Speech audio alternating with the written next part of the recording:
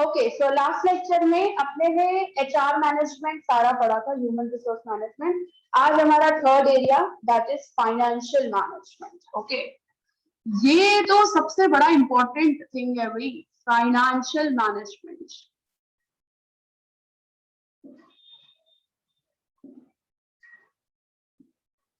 ठीक है, ये तो सीखना ही पड़ेगा। फाइनेंस को कैसे मैनेज करना है आज का सबसे बड़ा डिफिकल्ट टास्क है। लगता इजी है लेकिन इसको मैनेज करना बहुत डिफिकल्ट है। किस तरीके से प्लानिंग करनी है, क्या करना है फाइनेंस रिलेटेड, तो ये सब चीजें हम लोगों को आनी चाहिए। इवन यहाँ पे तो चलो बिजनेस एंगल से बताया है, बट इन लाइफ भी, इन पर्सनल लाइफ भी आपको सेविंग्स और आपको किस तरीके से अपने फाइनेंस को कैसे कहाँ पे इन्वेस्ट करना है, किस तरीके से रिटर्न्स लेने हैं ताकि प्रॉफिट आपको ज्यादा हो सके, तो ये सब चीजें करना आपको आना चाहिए। ठीक है, सो हम आ जाते हैं बिजनेस में फाइनेंशियल मैनेजमेंट किस तरीके से किया जाता है। Because ultimately the goal of financial manager is to increase the profitability and to control, भाई पैसों पे कंट्रोल करना है, जिसका किसी मतलब बहुत ऐसे कम लोग होते हैं जिनका पैसों पे कंट्रोल होता है, नहीं तो हाथ ऐसी छूट होती है ना, फट फट फट चलो भाई देते जाओ। तो फाइनेंशियल मैनेजर को बहुत कुछ सोचना पड़ता है, समझना पड़ता है, बहुत अच्छे से उसको कैश बजट ये सब चीजें बनानी पड़ती है और उसके बाद जाकर भाई वो कंट्रोल कर पाता है। तो यहाँ पे फाइनेंशियल मैनेजर के काम क्या है और किस तरीके से कंपनी में फाइनेंशियल मैनेजमेंट किया जाता है। ठीक है, तो आज हम पूरा का पूरा वो डिस्कस करेंगे, वेरी इंटरेस्टिंग टॉपिक। चलो, सो सबसे पहले फाइनेंशियल मैनेजर के दिमाग में चीज होती है, इसके 3 काम है। पूरा फाइनेंशियल मैनेजमेंट 3 पिलर्स पे डिपेंडेंट है। 3 पिलर्स, तो वो 3 पिलर्स कौन से हैं? तो सबसे पहला आ जाता है एक्विजिशन ऑफ फाइनेंस, दूसरा उसका पिलर है यूटिलाइजेशन ऑफ फाइनेंस, और तीसरा इसका पिलर है डिस्ट्रीब्यूशन ऑफ फाइनेंस, जिसको हम बोलते हैं as a profit, distribution of profit. 3 सबसे बड़े काम फाइनेंशियल मैनेजमेंट के। सो सबसे पहला जो काम है एक्विजिशन। एक्विजिशन का मतलब होता है पैसा कहां से आएगा, क्योंकि कंपनी फॉर्म ऑफ बिजनेस है। तो आप मुझे बताओ कि कंपनी में पैसा कहां से आता है? प्रोडक्ट सेल करके प्रॉफिट होगा उससे आएगा। नो, पैसा कैपिटल, पैसा स्टार्टअप करने के लिए कैपिटल। कैपिटल तो हमको ही लगाना पड़ेगा ना दीदी, तो घर से ही आएगा। हम सोल प्रोप्राइटरशिप की बात नहीं हो रही है या पार्टनरशिप की बात नहीं हो रही है, कंपनी फॉर्म ऑफ बिजनेस की बात हो रही है यहाँ पे। Shareholders, shareholders and loan. Loan, very good. So देखो यहाँ पे जो पैसा आ सकता है वो हमारे पास 2 तरीके हैं। सबसे पहला ओनर्स फंड और दूसरा बोरोड फंड। अब फाइनेंशियल मैनेजर क्या सोचेगा कि ज्यादा से ज्यादा कैपिटल आए, पैसा आए और कम से कम ओनर्स फंड में से देना पड़े, है ना। ओनर्स फंड में से ओनर्स फंड में आते हैं शेयर्स, ठीक है, and shares are of 2 types, equity share and preference share. इन दोनों में से मुझे बताओ, जो भाई इक्विटी शेयर्स परचेस करता है उसको हम इक्विटी शेयर होल्डर बोलते हैं, और जो प्रेफरेंस शेयर्स परचेस करता है उसको प्रेफरेंस शेयर होल्डर बोलते हैं। लेकिन इनमें से, इन दोनों में से कौन सा ओनर्स, भाई ओनर्स, ट्रू ओनर्स कहलाते हैं? Equity share, equity shares, they are called as a true owners. ठीक है, जो ये परचेस करते हैं इक्विटी शेयर्स। और प्रेफरेंस शेयर्स, प्रेफरेंस शेयर्स वो लोग खरीदते हैं जिनको रिस्क नहीं लेना होता है, क्योंकि इधर फिक्स्ड डिविडेंड मिलता है, और यहाँ पे डिविडेंड इज नॉट फिक्स्ड। दीदी यहाँ पे लॉस हुआ तो भी हमको भरना पड़ सकता। लॉस तो लाइबिलिटी लिमिटेड होती है, वैसे तो अनलिमिटेड लाइबिलिटी होती है। हाँ, नॉट फिक्स्ड, हमारा डिविडेंड क्या होता है, फिक्स्ड नहीं होता है यहाँ पे, ठीक है। सो हमारे पास ओनर्स फंड में दो चीजें हैं, या तो हम मार्केट में इक्विटी शेयर्स इश्यू करके कैपिटल मंगवा सकते हैं, या तो प्रेफरेंस शेयर्स इश्यू करके कैपिटल मंगवा सकते हैं, राइट। और it is compulsory for every company to issue the equity share, ये इश्यू करे नहीं करे, लेकिन इक्विटी शेयर इश्यू करना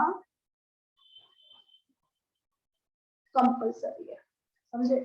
सो हर एक फाइनेंशियल मैनेजर को इस चीज के रिलेटेड प्लान आउट करना पड़ता है कि कहां से ज्यादा पैसा आएगा, और डिविडेंड्स और इंटरेस्ट ये सब कुछ हम लोगों को कम पे करना पड़ेगा। सो सबसे पहली जो कहानी है वो यही है कि एक्वायर कहां से करे फाइनेंस। बोरोड फंडिंग में आ जाते हैं सबसे पहला डिबेंचर्स, जो debentures, by debenture is a borrowed funding, जैसे शेयर है उसी तरीके से डिबेंचर भी होता है, बट डिबेंचर जो खरीदता है they can be called as a creditors of the company, वो एज अ लाइबिलिटी मानी जाती है, जबकि इक्विटी शेयर ओनर्स फंड माना जाता है, राइट। तो डिबेंचर्स को हम लोगों को क्या पे करना पड़ता है, टाइमली इंटरेस्ट, और शेयर्स के ऊपर हम लोगों को पे करना पड़ता है डिविडेंड, ठीक है। ये चीज का क्लैरिटी आपको 11th स्टैंडर्ड के अंदर आ गया था। दूसरा है हमारे पास बॉन्ड्स, ठीक है। तो bonds is also just like debenture दी, क्योंकि बॉन्ड्स भी लाइबिलिटी है बिजनेस के लिए, तो बॉन्ड्स इश्यू करके भी पैसा मंगवाया जा सकता है फॉर अ लॉन्ग पीरियड। ये सब लॉन्ग टर्म फंड्स है, हाँ, शॉर्ट टर्म फंड्स कोई भी नहीं है, सब लॉन्ग टर्म फंड्स है। तो ये जो फंड्स मंगवाए जा सकते हैं, तो इक्विटी शेयर इशू या डिबेंचर्स इशू करके मंगवाया जा सकता है। सो ये जो है बोरोड फंड, ये है लाइबिलिटी, हाँ, बिजनेस के लिए, ये चीज का क्लियर रखना जरूरी है, इनको इंटरेस्ट पे करना पड़ता है। फिर हमारे पास ऑप्शन आ जाता है लोन का, लॉन्ग टर्म लोन, इस पे भी हम लोगों को इंटरेस्ट पे करना पड़ता है, राइट। या लोन हम लोगों ने बैंक से लिया हो, या लोन हम लोगों ने फाइनेंशियल इंस्टीट्यूशन से लिया हो, तो ये हमारे पास ऑप्शंस है। प्लस ये सब लॉन्ग टर्म, अभी तक जो कहानी पढ़ रहे थे वो लॉन्ग टर्म की पढ़ रहे थे। फिर आ जाता है हमारे पास बैंक ओडी, हम बैंक ओवरड्राफ्ट भी करवा सकते हैं, ये है शॉर्ट टर्म, ठीक है।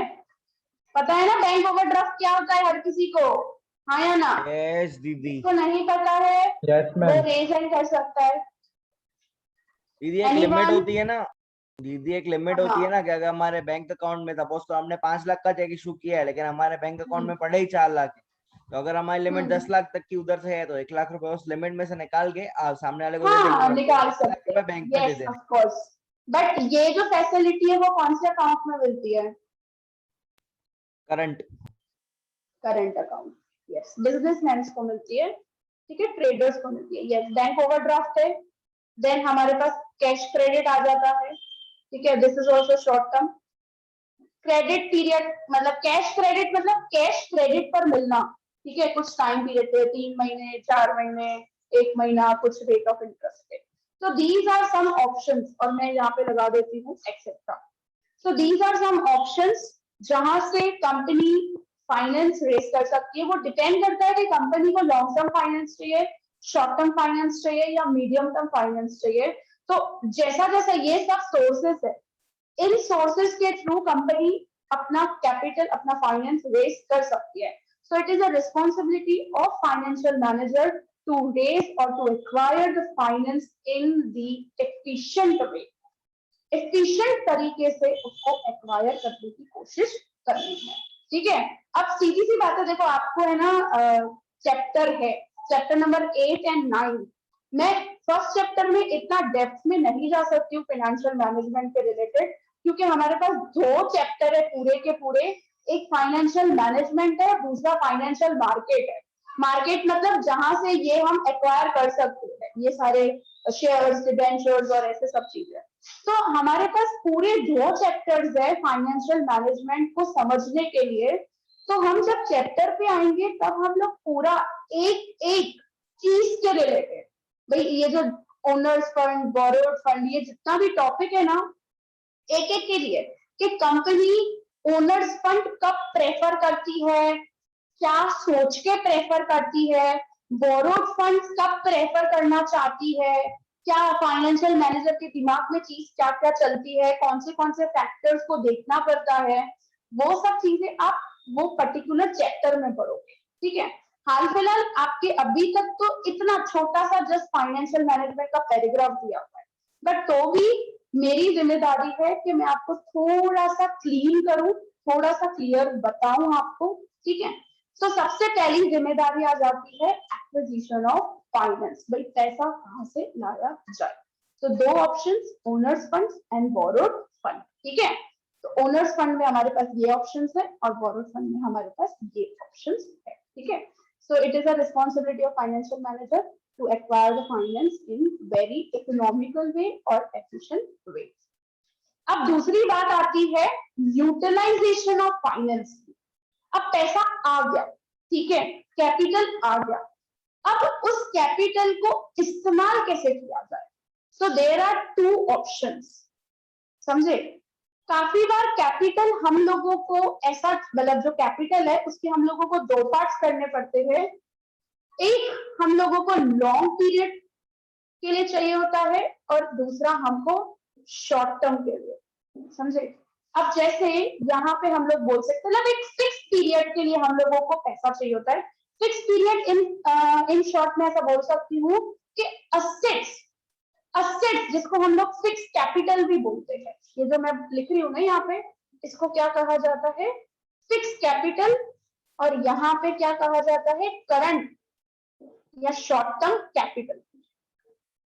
ठीक है, तो फिक्स कैपिटल मतलब क्या है कि फॉर एग्जांपल 10 करोड़, ठीक है, 10 करोड़ हमारी कैपिटल हमने इकट्ठा की है शेयर्स और डिबेंचर्स और इनके थ्रू, और इस 10 करोड़ में से मैं क्या कर रही हूँ, 6 crore as a fix capital रख रही हूँ और 4 करोड़ मैं रख रही हूँ एज अ वर्किंग कैपिटल। ठीक है, इसको करंट कैपिटल या फिर और एक वर्ड है जो हम बोलते हैं वर्किंग कैपिटल, मतलब day to day routine expenditures और एक्टिविटीज जो भी परफॉर्म होगी बिजनेस के अंदर, उसको हम कहते हैं वर्किंग कैपिटल। और फिक्स कैपिटल किसको कहा जाता है, फिक्स कैपिटल मींस ऐसा पैसा जो फिक्स टाइम के लिए लॉक हो जाए। वो चीज हो सकती है सिर्फ फिक्स एसेट्स रिलेटेड, कि भाई अगर हम लोगों को फिक्स एसेट्स परचेज करने हैं, machineries, plant, then furniture, land, building, तो अब हम उसमें जो इन्वेस्ट करेंगे तो फॉर सर्टेन टाइम पीरियड, भाई 5 साल, 10 साल, 15 साल के लिए वो पैसा क्या हो जाएगा, लॉक हो जाएगा, और फिर से हम वो उसको कुछ चेंज नहीं कर सकते क्योंकि ये लॉन्ग टर्म फाइनेंस है, समझे। ये फिक्स कैपिटल क्या है, लॉक हो जाता है, क्योंकि एक बार अगर आपने असेट कंपनी के अंदर खरीद लिया तो उसको चेंज करना थोड़े टाइम के बाद होगा, लॉन्ग टाइम लग जाएगा उसको चेंज करने में। तो इसी वजह से हम लोगों को सबसे पहले तो कैपिटल का डिस्ट्रीब्यूशन करना पड़ता है कि कैपिटल को कैसे, कैपिटल कितना फिक्स कैपिटल रखना है, कितना वर्किंग कैपिटल रखना है। तो फिक्स कैपिटल से फॉर एग्जांपल मैंने बताया आपको 6 करोड़, ठीक है, 10 करोड़ में से 6 करोड़ हम फिक्स कैपिटल, उस 6 करोड़ में से हम लोग प्लांट मशीनरी अपने कंपनी के लिए, अपने फैक्ट्री के लिए खरीदेंगे ताकि उसके ऊपर प्रोडक्शन हो सके, और 4 करोड़ का, उसमें से 4 करोड़ में से कुछ कैश रखेंगे, रॉ मटेरियल का स्टॉक मंगवाएंगे, बैंक में कुछ बैलेंस रखेंगे, राइट।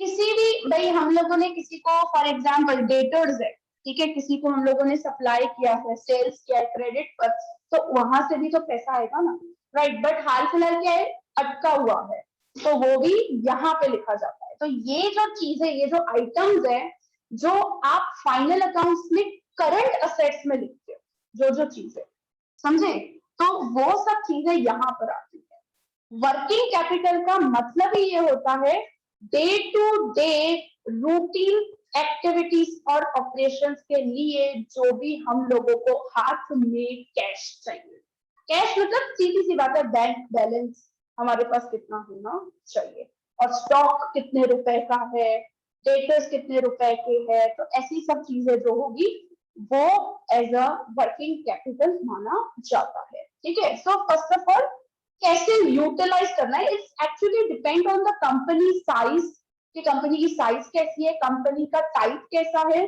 कोई कंपनी मैन्युफैक्चरिंग होती है तो कोई कंपनी सर्विस प्रोवाइड करती है, तो वो डिपेंड करता है, क्योंकि जो कंपनी मैन्युफैक्चरिंग करती है ना, प्रोडक्ट्स गुड्स बनाती करती है, उनको है ना फिक्स कैपिटल ज्यादा चाहिए होता है, वर्किंग कैपिटल कम।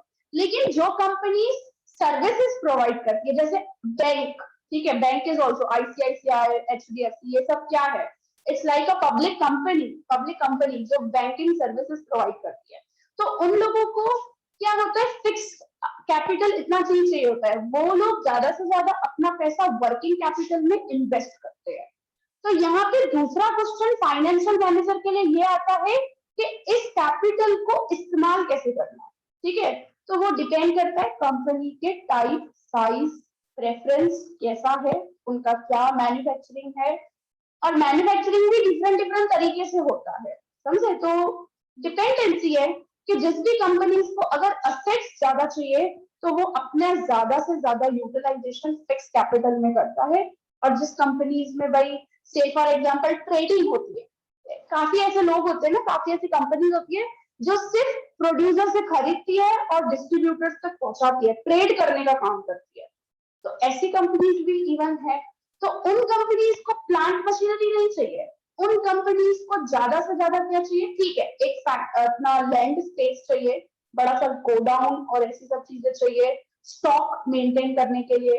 तो वो ज्यादा से ज्यादा उनका पैसा कहाँ पे होता है, वर्किंग कैपिटल पे होता है। ठीक है, तो ये हम पूरा का पूरा चैप्टर के अंदर सीखेंगे, फिक्स कैपिटल क्या है, उसकी मीनिंग क्या है, किस तरीके से डिसीजन लिए जाते हैं fix capital related, working capital कब कैसे किया जाता है, उसका सारे फैक्टर्स हम लोग पढ़ेंगे। तो इन दोनों चीजों के रिलेटेड भी आप चैप्टर नंबर 8 के अंदर डेप्थ में पढ़ो। ठीक है, बट मैंने थोड़ा सा आइडिया दिया आपको। तो ये चीज हुई। अब सिंपल सी बात है, इसके बाद भाई कैपिटल का यूटिलाइजेशन डिसाइड हो गया, डिसीजन ले लिया, उसके बाद क्या होगा, जनरली स्टॉक आएगा, प्रोडक्शन करना स्टार्ट हो जाएगा, फिर सप्लाई होगा, सेल्स मार्केटिंग एक्टिविटीज वगैरह होगी बिजनेस के अंदर, एंड अल्टीमेटली बिजनेस कमाएगी प्रॉफिट। ठीक है, मतलब घुमा फिरा के फिर से पैसा आया कंपनी के पास। ठीक है, पहले पैसा बाहर से आया कैपिटल, फिर उसको इस्तेमाल किया, इस्तेमाल किसने किया, प्रोडक्शन करने में, प्रोडक्शन किया, फिर सेल की, फिर से वो गुड सर्विसेज बनाकर बेचा और उसमें से प्रॉफिट अर्न हुआ। अब प्रॉफिट को डिस्ट्रीब्यूट कैसे करें, that is also the work of the financial management. देखो फॉर एग्जांपल, मैं छोटा एग्जांपल ही ले लूं, ठीक है, फॉर एग्जांपल 1 लाख प्रॉफिट हुआ कंपनी को, ठीक है, आप इसके पीछे 1 लाख करोड़ लगाओ या कुछ भी लगाने लगाओ, मेरे को कोई फर्क नहीं पड़ता। सो 1 लाख फॉर एग्जांपल प्रॉफिट हुआ, ठीक है। अभी अगर फॉर एग्जांपल कंपनी ने लोन लिया होगा, ठीक है, डिबेंचर्स इशू किए होंगे, तो उनको क्या करना पड़ेगा, इंटरेस्ट देना पड़ेगा। तो सबसे पहले तो लाइबिलिटी को कम करो अपने साल भर में से, फॉर एग्जांपल 20,000 अपने को इंटरेस्ट देना है, ठीक है, इंटरेस्ट ऑन डिबेंचर हुआ, इंटरेस्ट ऑन लोन हुआ, व्हाटएवर इट इज। सो 20,000, बाकी बचा हमारा 80, ठीक है। अब ये 80 प्रॉफिट में से हम लोग माइनस करेंगे टैक्स, से फॉर एग्जांपल 30,000, ठीक है, टैक्स हमारी 30,000, 40,000, जितनी भी व्हाटएवर। तो मैं 30,000 ऑन एन एवरेज ले रही हूँ, बाकी बचा 50,000। अब इस प्रॉफिट को कैसे डिस्ट्रीब्यूट किया जाए, डिस्ट्रीब्यूशन कितना कंपनी अपने शेयर होल्डर्स को डिविडेंड देगी, कितने रिजर्व रखेगी, कितने पैसे री इन्वेस्ट करेगी, री इन्वेस्टमेंट ऑफ प्रॉफिट। तो इसके रिलेटेड डिसीजंस लेना, that is also the work of the financial manager of a company. Dividend, इस साल डिविडेंड ज्यादा देना है शेयर होल्डर्स को, कम देना है डिविडेंड, क्यों कम देना है, प्रीवियस ईयर कितना दिया था, ऑन हैंड कैश कितनी पड़ी है, क्योंकि dividend is actually paid in cash basis. वैसे पहले कैश बेसिस, लेकिन अभी जैसे डीमेट अकाउंट ओपन हो चुके हैं तो सीधा डायरेक्टली बैंक अकाउंट में उनके चला जाता है पैसा। तो मतलब एक 8-7 के लिक्विड मैनर में दिया जाता है डिविडेंड। तो कंपनी के पास बैंक बैलेंस कितना पड़ा है हाल फिलहाल, तो उस पर भी डिपेंडेंसी आ जाती है, क्योंकि डिविडेंड डिसीजन लेना है, डिविडेंड कैसा देना है आपको, लास्ट ईयर कितना दिया था, इस साल कितना देना है। प्लस ये चीज भी सोची जाती है कि नेक्स्ट कमिंग इयर्स में कंपनी का प्रोजेक्ट क्या चल रहा है, कंपनी का प्लानिंग क्या चल रही है, लॉन्ग टर्म प्लानिंग क्या है, क्या कंपनी को नेक्स्ट कुछ इयर्स में 3-4 इयर्स में क्या कंपनी को प्लांट मशीनरी फिर से खरीदनी है, या फिर कुछ एक्सपांशन करना है, या नया प्रोडक्ट डेवलप करना है जिसके लिए उसको पैसे चाहिए होंगे फ्यूचर में। तो इस साल डिविडेंड कम दो, री इन्वेस्टमेंट ऑफ प्रॉफिट ज्यादा करो, रिजर्व ज्यादा रखो। ऐसी सब चीजें भी सोची जाती है, सारी साइड से सोचकर फिर डिसीजन लिया जाता है हर एक पॉइंट पे, चाहे वो डिस्ट्रीब्यूशन ऑफ प्रॉफिट करना हो, यूटिलाइजेशन करना हो कैपिटल का, या पैसा बाहर से एक्वायर करना हो। हर एक चीज को बहुत सोच समझ के एनालिसिस करके एक एक पॉइंट पे, आपको पता है अब मैं तो बोल रही हूँ कि भाई 6 करोड़ फॉर एग्जांपल अपने रख रहे हैं एज अ फिक्स कैपिटल, उसमें से अभी प्लांट मशीनरी खरीदनी है, तो क्या प्लांट मशीनरी जाके कहीं से भी खरीद कर चले आते हैं? ऐसा थोड़ी होता है। आपको पता है कितना डेप्थ में जाना पड़ता है। मैं आपको एग्जाम्पल बताती हूँ। फॉर एग्जाम्पल कंपनी के पास 2 ऑप्शन है कि कंपनी या तो जर्मनी से प्लांट खरीद सकती है या तो जापान से प्लांट खरीद सकती है। अब दोनों जगह पे जाएगी, वहां पर मीटिंग करेगी, वहां पे मीटिंग करके डिस्कस करेगी सारी चीजें कि क्या कॉस्ट पे अपने को मशीनरी मिल रही है, उसका लाइफ क्या होगा, डेप्रिसिएशन कितना होगा। प्लस आज अगर मैं 3 करोड़ रुपए फॉर एग्जांपल एक मशीनरी में डाल रही हूँ, कितने टाइम पीरियड में, कितने साल के अंदर मेरे को ये 3 करोड़ रिटर्न आएंगे और कितने साल तक ये मशीनरी चलेगी। फॉर एग्जांपल 3 करोड़ मेरे को विद इन 4 इयर्स पूरा का पूरा 3 करोड़ जितना मैंने लगाया था मशीनरी पे सपोज आ जाता है, ठीक है, मेरा निकल जाता है। बट ये मशीनरी चल रही है से फॉर एग्जांपल 10 इयर्स के लिए, ऐसा बोला गया है। तो यहाँ पे चीज क्या होगी कि भाई 4 साल में तो 3 करोड़ आया, बाकी का जितना भी मशीनरी का यूसेज होगा और जितना भी प्रोडक्शन होगा वो प्रॉफिट है। सो हम लोगों को हर एक चीज को एस्टिमेट करना पड़ता है।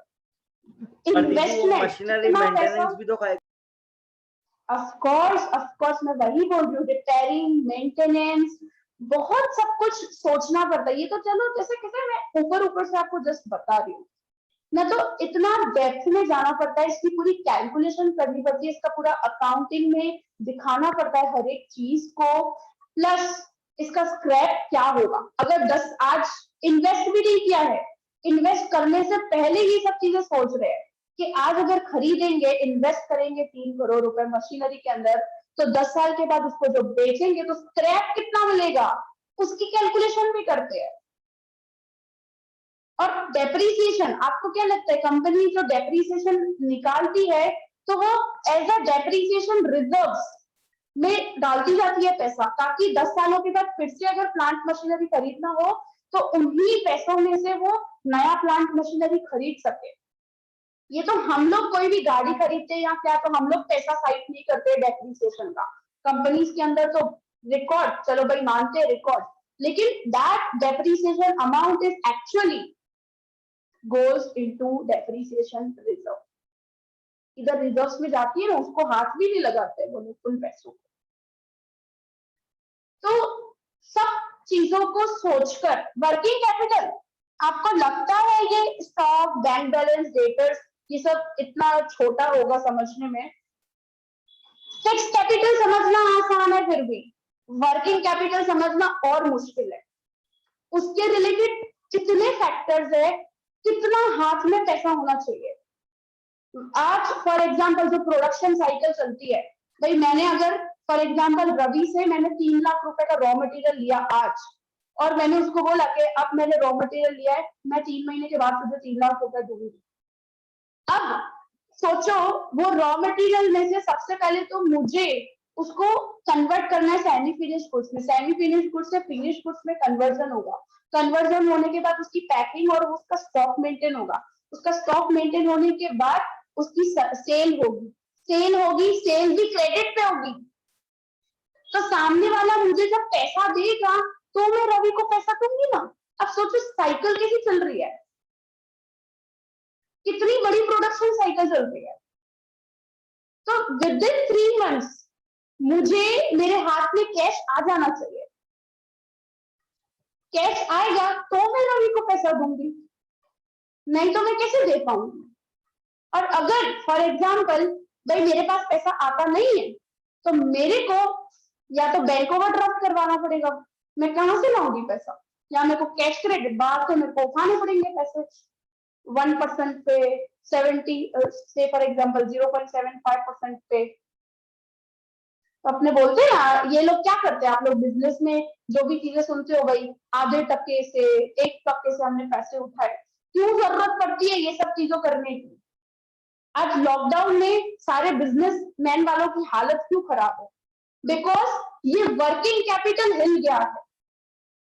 क्योंकि फॉर एग्जाम्पल रवि से मैंने मान लिया, रवि मेरे को बोल रहा है मेरे को पैसे दो मैम 3 महीने हो गए, मैं बोल रही हूँ मेरे पास आया ही नहीं है, पेमेंट ही नहीं आया मेरे पास, तो मैं तुझे कैसे पेमेंट दूं।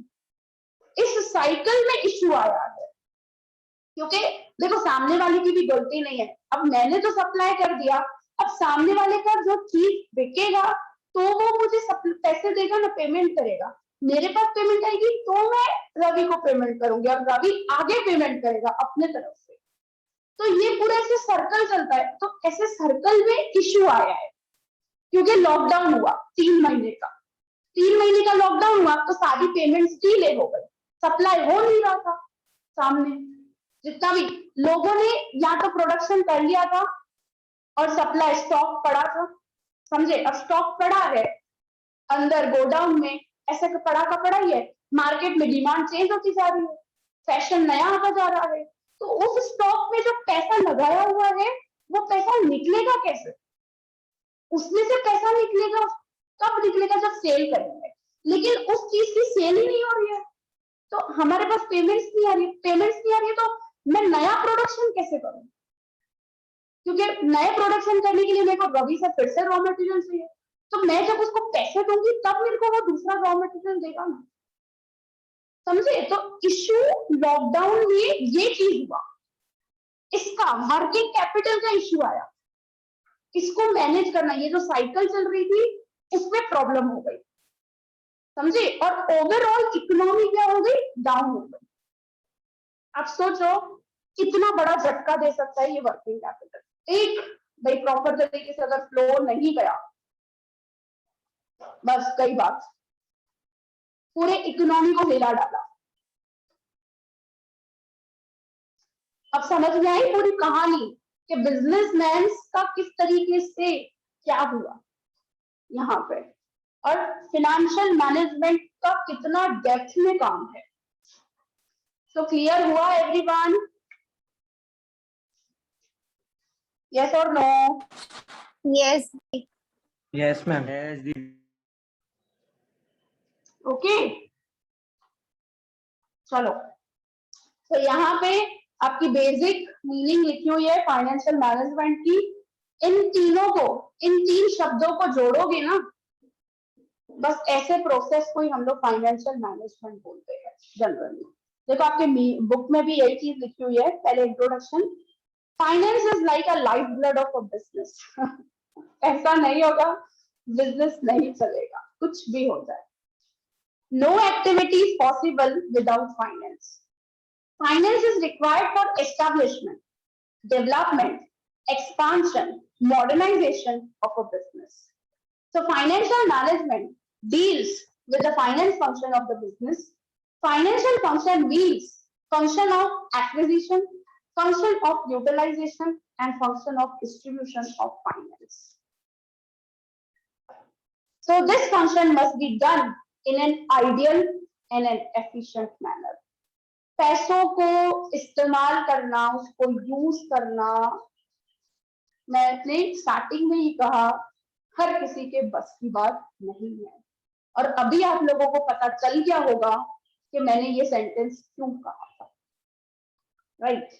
So planning, financial planning, financial estimation, कितने अपने को चाहिए, नीड क्या है अपने फाइनेंस की, शॉर्ट टर्म चाहिए, लॉन्ग टर्म चाहिए, मीडियम चाहिए, यूज कैसे करना है फाइनेंस का, टैक्सेस कितने पे करने हैं, बजट कैसे तैयार करना है, these all are the functions of financial management. तो स्टेप बाय स्टेप देख लेते फटाफट से, क्योंकि 10 फंक्शन ही है छोटे छोटे छोटे छोटे। सबसे पहला, to estimate the financial needs, जरूरत कितनी है पैसों की। दूसरा, टू मेक फाइनेंशियल प्लान्स। तीसरा, टू प्रिपेयर बजट। चौथा, टू अलोकेट फंड्स। भाई अलोकेट मतलब सिंपल सी बात है, डिस्ट्रीब्यूशन फंड्स का कैसे करना है, यूटिलाइजेशन कैसे करना है।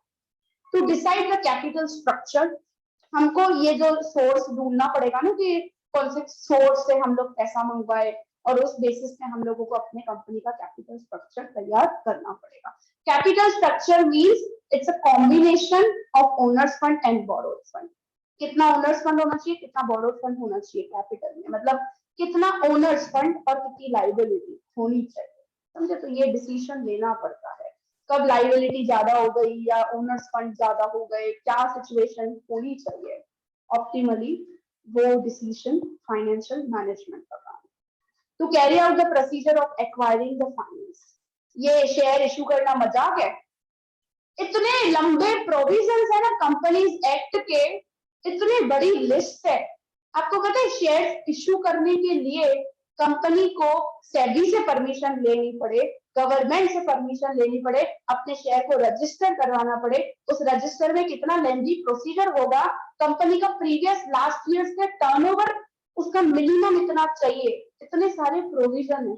शेयर इशू करने के लिए एक सेपरेट एक्सपर्ट अपॉइंट किया जाता है, जो आपका पूरा का पूरा शेयर ट्रांजैक्शन जो भी होगा, जितना भी बैंक में पैसा आ रहा है कंपनी के, भाई शेयर्स आप इशू करोगे तो सीधी सी बात है बैंक में पैसा आएगा, तो उसकी जो एंट्रीज है क्या है, उसका पूरा हैंडल आउट करने के लिए एक एक्सपर्ट सेपरेट अपॉइंट करना पड़ता है, समझे। तो ये प्रोसीजर पूरा करना। To see the acquired funds are properly utilized, सारे फंड्स प्रॉपर तरीके से यूटिलाइज हो सके। Control over the finance, to form financial policies, to plan for taxes and to make arrangement for assets. तो ये बेसिक काम आपको इधर तो दिए हुए बेसिक काम लगते हैं छोटे छोटे, लेकिन ऐसे धमाकेदार है ना काम, जब प्रैक्टिकल लाइफ में हम करें ना तो हमारा दिमाग ऐसे खत्म हो जाए, जब प्रैक्टिकली करने बैठे सोच में पड़ जाए हम लोग कहाँ से क्या करे, कैसे करे, किस तरीके से मैनेज करे, ठीक है। सो आज के टाइम पर एमबीए इन फाइनेंस हर कोई चूज करता है, लेकिन उनसे पूछना कोई एमबीए इन फाइनेंस कर रहा हो कितना डिफिकल्ट है, ठीक है। So that's it about financial management, इतना ही दिया हुआ है, बट पूरा चैप्टर है, मजा आएगा जब हम आएंगे ना उस चैप्टर पे, तब आप लोग मेरे सामने साथ में पढ़ोगे ना तो जरूर बहुत मजा आएगा, क्योंकि बहुत अच्छा नॉलेज मिलेगा आपको उसमें से। अभी इतना अच्छा सब चीजें आपको देखो, सब दीदी चीजें मैंने दीदी आपको आप बताई। अटक गए थे। क्या हुआ? अरे मेरा इंटरनेट कनेक्शन अनस्टेबल है, आप थोड़ा फ्री अच्छा हो गए ओके, थे, बोलो ना ओके क्या बोल रहे थे। मैं बोल रही थी कि that's it about the financial management, सारे फंक्शंस हम लोगों ने देखे बुक में से। मींस नेक्स्ट हमारा मतलब हमारे पास चैप्टर है पूरा इस पे, तो उसमें बहुत मजा आएगा पढ़ने में, काफी अच्छा नॉलेज आप लोगों को मिलेगा फाइनेंशियल मैनेजमेंट रिलेटेड, ठीक है। और इवन शेयर मार्केट के रिलेटेड भी काफी अच्छा नॉलेज मिल जाएगा आपको। ओके एवरीवन, किसी को कुछ क्वेश्चन, किसी को कुछ डाउट पूछना हो, करना हो तो पूछ सकते हो। और बाकी एक लास्ट है जो हम लोग कल कंप्लीट कर देंगे, प्रोडक्शन मैनेजमेंट, ठीक है। Any question, any doubt, anyone? Yes और नो?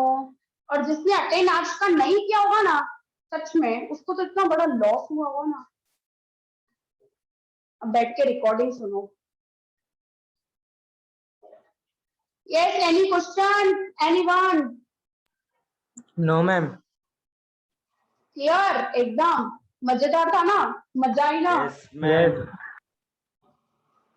ठीक है, चलो तो मिलते हैं कल नए लेक्चर में प्रोडक्शन मैनेजमेंट के साथ। Bye bye, thank you, have a nice day everyone.